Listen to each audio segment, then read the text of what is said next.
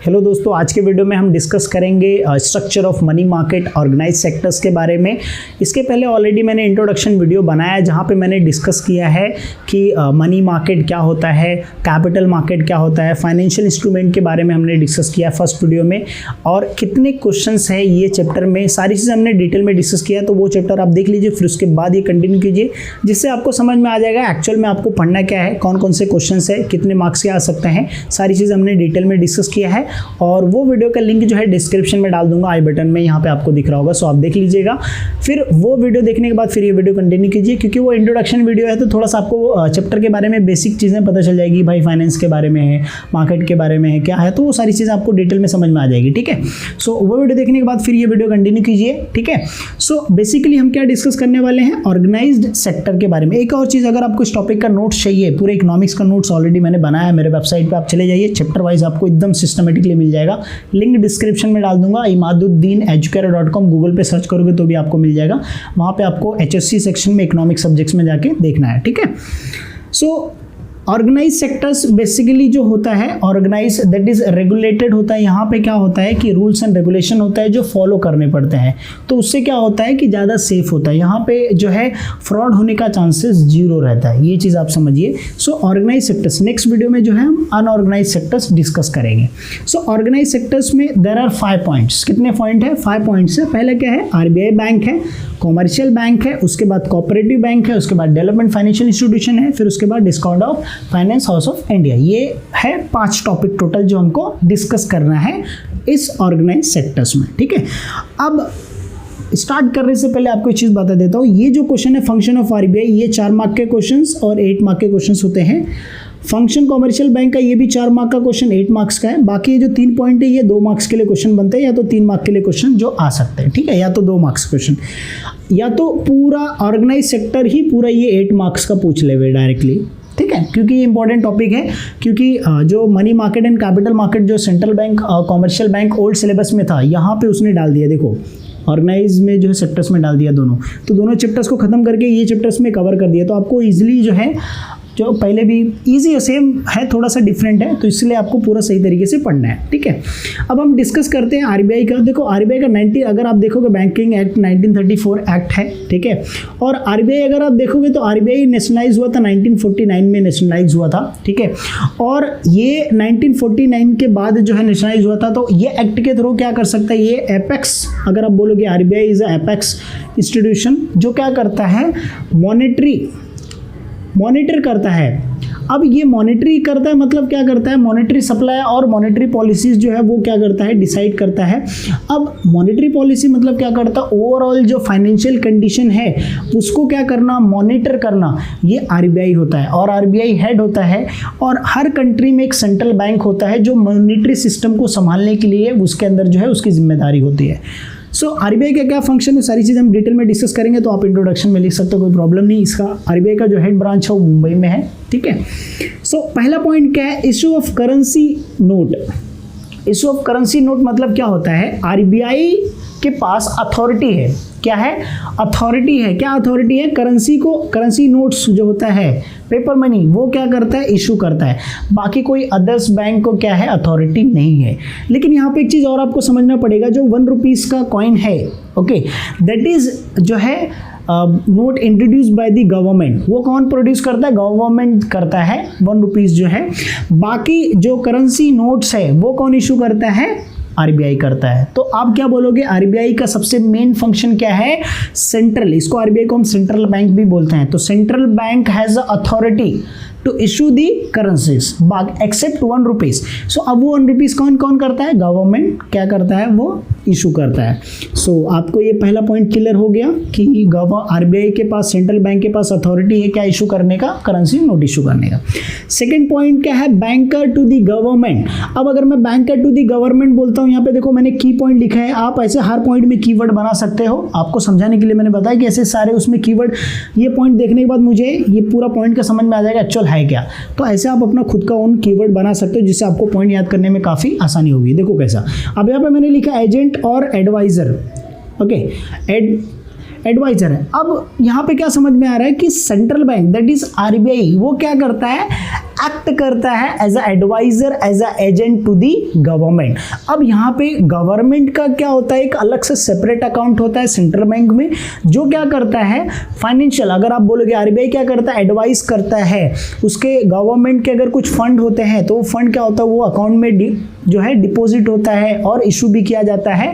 सो ये जो होता है बैंकर्स टू दी गवर्नमेंट, ठीक है। कुछ लोन आता है बड़ा अमाउंट तो पहले आरबीआई में, उसके बाद फिर क्या होता है वो नेक्स्ट प्रोसेस होता है, तो ये अलग से सेपरेट अकाउंट होता है। तो आप बोल सकते हो बैंकर्स टू दी गवर्नमेंट। समझ में आ गया भाई, एडवाइजर कौन है, आरबीआई। किसके लिए, गवर्नमेंट के लिए। एजेंट का काम कौन करता है, आरबीआई करता है। किसके लिए, गवर्नमेंट के लिए, ठीक है। तो government has a separate account in the RBI, और आरबीआई के अंदर कोई नॉर्मल पर्सन का नहीं होता, जो बड़े बड़े लेवल पे बिजनेस डीलिंग होता है गवर्नमेंट का जैसे, तो वहाँ पे उसके अकाउंट्स होते हैं, ठीक है। और अभी बैंकर्स बैंक बोला है, बैंकर्स बैंक मतलब बैंकों का बैंक। अभी बैंकों का बैंक मतलब क्या हुआ कि आरबीआई जो है एपेक्स बैंक है, और सबसे ऊपर वाला आप बोलोगे सबसे हेड है बैंक है। तो ये हेड बैंक का काम क्या है कि दूसरे बैंक को क्या करना, मॉनिटर करना। तो इसके लिए हम इसको क्या बोलते हैं, बैंकर्स बैंक। ये आरबीआई बैंक क्या करता है, बाकी जो अदर्स बैंक है, चाहे शेड्यूल बैंक हो, कॉमर्शियल बैंक हो, कोऑपरेटिव बैंक है, डेवलपमेंट बैंक हो, जो भी बैंक है सारे को मॉनिटर कौन करता है, आरबीआई करता है। इसके लिए हम इसको क्या बोलते हैं, बैंकर्स बैंक। ये बैंकों का सबसे हेड है, जो क्या करता है, रूल्स एंड रेगुलेशन गाइडलाइंस क्या करता है, इशू करता है अदर्स बैंक के लिए, ठीक है। तो आप ये भी एक्सप्लेन कर सकते हो इसके अंदर। Custodian of foreign exchange reserve. अभी बाहर से बहुत सारे कंट्री के लोग हमारे इंडिया में आते हैं घूमने के लिए, ठीक है, या हम कुछ बिजनेस करते हैं तो हमको करेंसी मिलती है, तो वो क्या करता है, आरबीआई अपने पास रिजर्व रखता है। अब बोलोगे ये रिजर्व रखने का क्या बेनिफिट है, रिजर्व रखने का ये बेनिफिट है कि अब हमारे पास ढेर सारा अगर अलग अलग कंट्री का ढेर सारा रिजर्व हो जाए, तो जब हम उसको उस कंट्री से कुछ खरीदना होगा तो हमको रुपीज़ पे करने की जरूरत नहीं है, हम वही करेंसी को क्या कर सकते हैं, यूज़ कर सकते हैं। इसके लिए आरबीआई क्या करता है, रिजर्व रखता है फॉरेन एक्सचेंज जो भी है, जो हो रहा है उसका करेंसीज को रिजर्व रखना, तो उसको हम बोलते हैं custodian of foreign exchange reserve. Controller of credit, credit को कंट्रोल करना। सर क्रेडिट को कंट्रोल करना एक्चुअली हमको समझ में आना चाहिए भाई, क्रेडिट कैसे होता है। जब मार्केट में क्या होता है, एक्सेस लिक्विडिटी होता है, जब गवर्नमेंट मतलब मार्केट में सभी लोगों के पास हाई लिक्विडिटी, सब लोगों के पास कैश बहुत ज़्यादा होता है, या इन्फ्लेशन सिचुएशन आता है, ये सारे सिचुएशन, प्राइस लेवल जब मार्केट में बढ़ने लगता है, तो ये सिचुएशन को कंट्रोल करने के लिए आरबीआई क्या करता है, पॉलिसीज चेंजेस करता है। टैक्स के अंदर चेंज करेगा, सिक्योरिटीज को बाइंग एंड सेलिंग करेगा। सो उसको हम क्या बोलते हैं, कंट्रोल ऑफ क्रेडिट। कंट्रोलर कौन है, आरबीआई है। किसका, क्रेडिट का। मैंने बताया क्रेडिट में प्राइजेस का इंक्रीज होना, इन्फ्लेशन, तो ये सारी ऐसे सिचुएशन को कंट्रोल करने के लिए, मनी सप्लाई ज़्यादा हो गया उसको बैलेंस करने के लिए, स्टेबलाइज करने के लिए, प्राइस को जनरल स्टेबल करने के लिए आरबीआई क्या करता है, नए नए जैसे टैक्स में चेंज करना, buying and selling of securities, government securities. First video में मैंने बताया सिक्योरिटीज क्या होता है। सो ये जो होता है कंट्रोलर ऑफ क्रेडिट, ठीक है। Collection and publication of data, collection करना मतलब डेटा कलेक्ट करना, किसका, फाइनेंशियल मार्केट का, अदर्स बैंक में जो सारी चीज़ें हैं वो कलेक्ट करना, डेटा अदर्स बैंक का कलेक्ट करना, और फिर उसको क्या करना, मैगजीन्स या जो वेबसाइट है वहाँ पे क्या करना, पब्लिश करना। तो इससे क्या होता है कि जो भी फाइनेंशियल सेक्टर्स में चेंजेस हैं, जो भी गाइडलाइंस, न्यू गाइडलाइंस आए हैं, वो सारी चीज़ों को क्या करना, पब्लिश करना। ये कौन करता है, आरबीआई करता है। किसके लिए, जो है इकोनॉमी और बैंक्स के लिए, और जो पब्लिक के लिए, ये सारी चीज़ें, कुछ भी इंफॉर्मेशन, जैसे अभी देखिए यस बैंक का कुछ अगर अपडेट आता है, या जैसे आप मानिए कि एक केस चल रहा था कि गवर्नमेंट बोलता है टैक्स माफ़ करो, लेकिन आरबीआई बोलता है नहीं माफ़ करना, इससे माफ़ करोगे तो हमारे फाइनेंशियल सेक्टर्स में बहुत ज़्यादा इफेक्ट करेगा, जो ईएमआई है, ये सारी चीज़ें। तो जो अलग जो किसान के जो लोन्स हैं, तो अब ये क्या है कि वो डेटा को कलेक्ट करना फिर पब्लिश करना, ये भी एक डेटा हो जाएगा। कुछ नए गाइडलाइंस आए, कुछ नए इंप्रूवमेंट्स हुए हैं, तो उसका जो है कलेक्ट करके जो डेटा वो पब्लिश करना ताकि लोगों को पता चले। फिर उसके बाद है promotion and development function. Promotion and development function RBI क्या करता है भाई, प्रमोशन डेवलपमेंट के लिए। जैसे एग्जाम्पल के तौर पर एक बैंक आपने सुना रहेगा, एक्सिम बैंक। अब ये एक्सिम बैंक क्या है, एक्सपोर्ट और इंपोर्ट बैंक। तो suppose if I am a businessman और मुझे अगर एडवाइस चाहिए, मुझे फाइनेंशियल असिस्टेंट चाहिए, so this bank will help me in exporting and importing से रिलेटेड अगर कुछ भी चाहिए रिक्वायरमेंट, तो ये क्या करता है, बैंक हेल्प करता है। नाबार्ड बैंक आपने सुना रहेगा। सो नाबार्ड बैंक जो होता है basically national agriculture bank for rural and development के लिए होता है। सो इसमें क्या होता है कि अगर एग्रीकल्चर सेक्टर्स को हमको कैसे इंप्रूव करना है, डिस्ट्रिक्ट लेवल पे, स्टेट लेवल लेवल पे सारी चीज़ें जो है प्राइमरी लेवल पे, तो यहाँ पे क्या करता है वो लोन्स प्रोवाइड करता है ताकि हम एग्रीकल्चर सेक्टर्स को क्या करें, इंप्रूव करें। अब यहाँ पे बोलोगे लोन किसके लिए प्रोवाइड करता है, फार्मिंग एग्रीकल्चर सेक्टर्स में तो हम मशीन भी यूज़ करते हैं, बड़े बड़े ट्रैक्टर और भी अलग अलग मशीन यूज़ करते हैं, खाद यूज़ करते हैं, फर्टिलाइजर्स, हम सीड्स यूज़ करते हैं। तो ये सारी चीज़ें क्या करता है, डिफरेंट मीडियम अलग अलग जो है सोर्सेज क्या करता है वो हेल्प करता है। कौन, आरबीआई करता है। तो यहाँ पे मैंने दो एग्जांपल दे दिया, नाबार्ड एंड एक्सिम बैंक का, यही एक्सप्लेनेशन आप क्या कर सकते हो, एक्सप्लेन कर सकते हो। फिर उसके बाद बोलता है लेंडर टू लास्ट रिजॉर्ट। अब भाई लेंडर टू लास्ट रिजॉर्ट मतलब ऐसे समझिए कोई बैंक है, जैसे येस बैंक है। अब भाई येस बैंक तो पूरा डूब चुका है, अब क्या चाहिए भाई इसको, फाइनेंशियल सेक्टर्स के लिए क्या चाहिए, फाइनेंस चाहिए, पैसा चाहिए, उसको लिक्विडिटी चाहिए। तो अब कोई बैंक तो हेल्प करने के लिए नहीं करेगा, कोई बैंक नहीं कर रहा मतलब कोई इन्वेस्टमेंट नहीं कर रहा है, तो आरबीआई क्या करेगा उस टाइम पे, इसको लोन देगा और पैसे देगा। कैसे देगा, जो कैश रिजर्व रेशो आपने पढ़ा रहेगा। कैश रिजर्व रेशो मतलब होता है, कैश रिजर्व रेशो जब बैंक ओपन होता है तो उसमें से कुछ परसेंटेज का होता है जमा करना होता है आरबीआई के पास, सेंट्रल बैंक के पास, और एसएलआर होता है स्टैट्यूटरी लिक्विडिटी, तो वहां से बैंक क्या करता है, निकाल के देता है। लेंडर टू लास्ट रिजॉर्ट मतलब ऐसा समझिए कि आपने सारे बैंक से हेल्प लिया लेकिन कहीं से नहीं मिला, लेकिन आरबीआई क्या करेगा, आपको हेल्प करता है। So lender to last resort, lender मतलब देने वाला, बरोबर। तो अब बोलो कौन देगा, आरबीआई देता है। किसको देता है, जो भी फाइनेंशियल बैंक को कुछ हेल्प चाहिए तो उस टाइम पे हेल्प करता है। सुपरविजन ऑफ बैंक, देखो सुपरविजन, बैंकर्स बैंक है तो जाहिर सी बात है क्या करता है, सुपरवाइज करता है। सुपरवाइज करता है दैट मीन्स आपको रेट ऑफ इंटरेस्ट कुछ सीलिंग लगाता, मतलब रिस्ट्रिक्शन लगाता है लोन जो है एडवांसेस पे, कि भाई आप ये इतना ही लिमिट में लोन दे सकते हो, उससे ज़्यादा आप नहीं दे सकते हो। जो रेट ऑफ इंटरेस्ट जो डिसाइड, वो सारी चीज़ें जो चेंज करना। सो आरबीआई बेसिकली क्या करता है, सुपरवाइज करता है अदर्स बैंक को, ताकि वो मॉनेटरी सिस्टम जो फाइनेंशियल सेक्टर्स हो प्रॉपर सही तरीके से क्या हो, फंक्शन चले, फंक्शन हो। तो आई होप कि आपको ये जो फंक्शन ऑफ आरबीआई पूरा अच्छे से डिटेल में समझ में आ गया। अब हम जाएंगे कॉमर्शियल बैंक के ऊपर, ठीक है। सो कॉमर्शियल बैंक का फंक्शन जो है हम पढ़ते हैं। सो कॉमर्शियल बैंक बेसिकली इसका मतलब होता है भाई, ये बैंक मतलब एक्सेप्ट करना पब्लिक से और फिर उसको लेंडिंग करना नीडी पर्सन को। सो यहाँ पे क्या होता है, कॉमर्शियल बैंक का काम ही है, कॉमर्शियल मतलब वहाँ पे बिजनेस ही आ गया कि पब्लिक से पैसा लिया और वो पैसा उधार किसी को दिया, लेकिन उधार किसको दिया, कोई बिजनेस ओपन करना चाहता रहेगा, उसके लिए उसको पैसा चाहिए, तो वहाँ पे क्या करता है कॉमर्शियल बैंक, लेंडिंग करता है।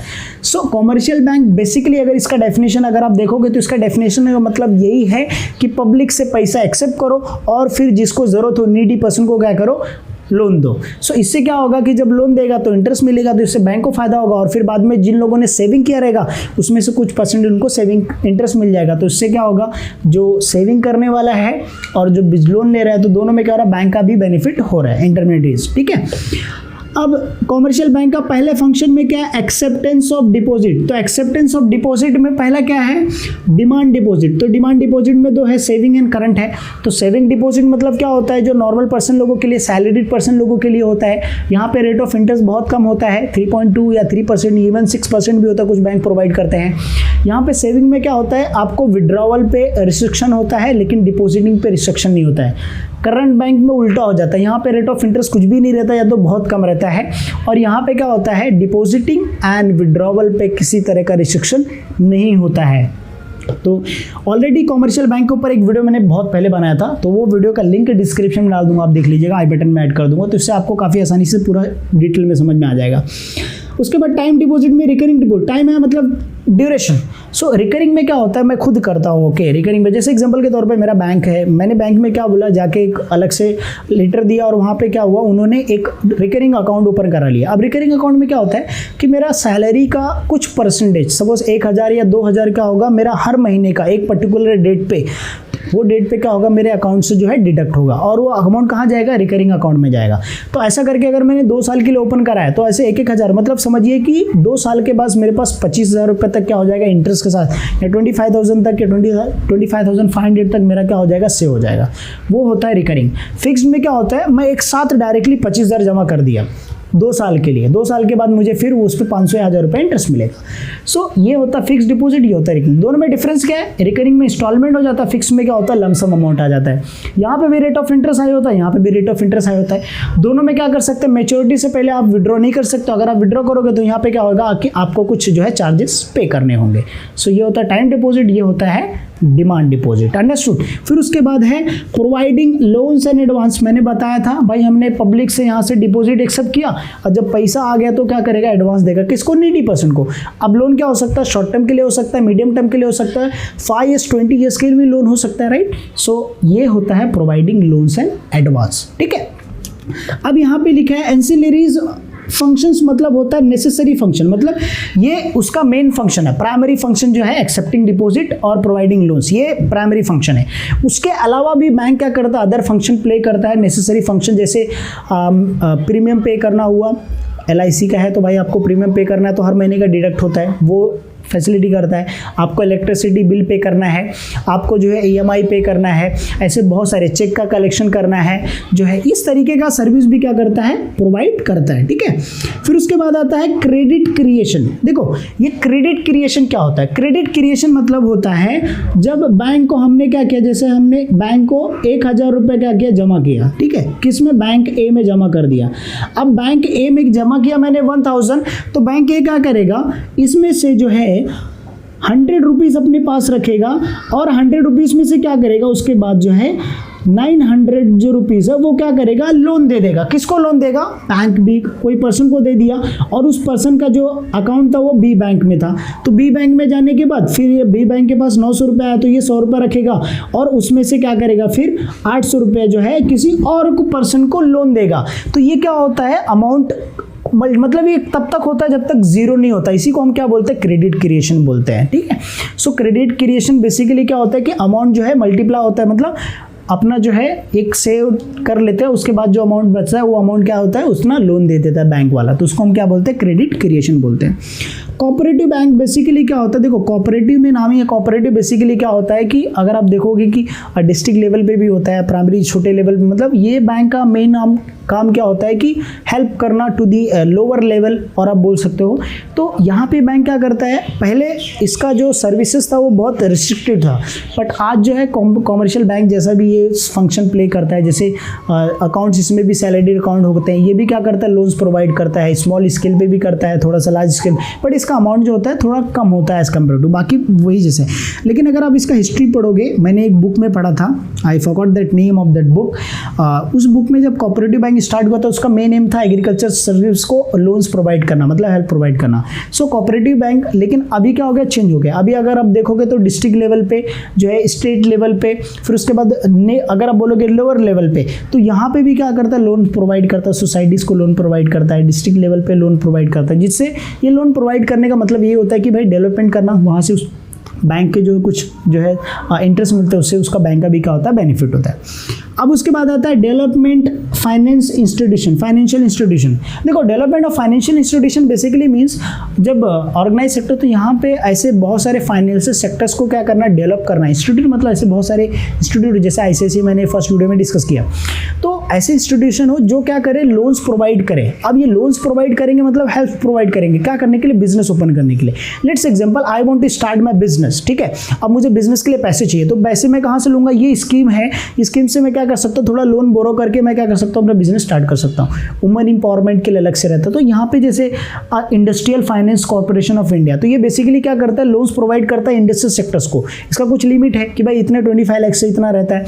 ये लोन्स प्रोवाइड करता है क्या करने के लिए, इंडस्ट्रियल सेक्टर। सो इंडस्ट्रीज का ग्रोथ होना चाहिए, मतलब मैन्युफैक्चरिंग सेक्टर्स डेवलप हो। सो उसको हम बोलते हैं डेवलपमेंट फाइनेंशियल इंस्टीट्यूशन। इनका काम ही होता है डेवलपमेंट करना, विकास करना, कैसे नए बिजनेस सेटअप करने के लिए जो है फाइनेंशियल असिस्टेंस प्रोवाइड करना। And finance house of India, that is DFHI, actual में ये जो सेटअप हुआ था 1988 में हुआ था, और ये जो जॉइंटली आप बोलोगे कि RBI, private sectors, public sector सब जो है मिलके, जैसे ये कि इनका काम ही क्या है कि फाइनेंशियल असिस्टेंस प्रोवाइड करना, क्या करने के लिए, डेवलपमेंट के लिए। सो उसको हम बोलते हैं डिस्काउंट एंड फाइनेंशियल जो है हाउस ऑफ इंडिया। सो ये जो था पूरा ऑर्गेनाइज सेक्टर्स के बारे में, इसमें दो मेन टॉपिक था, RBI और कॉमर्शियल बैंक, जो ऑलरेडी हमने डिटेल में डिस्कस कर लिया, ठीक है।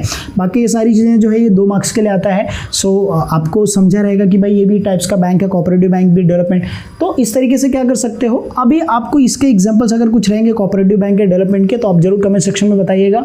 कुछ भी अगर मैंने मिस आउट किया है या कुछ भी अगर आपको इसमें डाउट्स है तो जरूर कमेंट सेक्शन में बताइए। नेक्स्ट वीडियो में जो होगा मैं ऐड कर दूंगा। सो आपके डाउट जो है क्लियर हो जाएंगे। एंड अगर आपको अदर सब्जेक्ट्स के ऊपर वीडियो चाहिए तो मेरे चैनल पर विजिट कीजिए, वहाँ पे सारे सब्जेक्ट्स के आपको हर वीडियो मिल जाएंगे, जिससे आपको फुल गाइडेंस मिलेगा।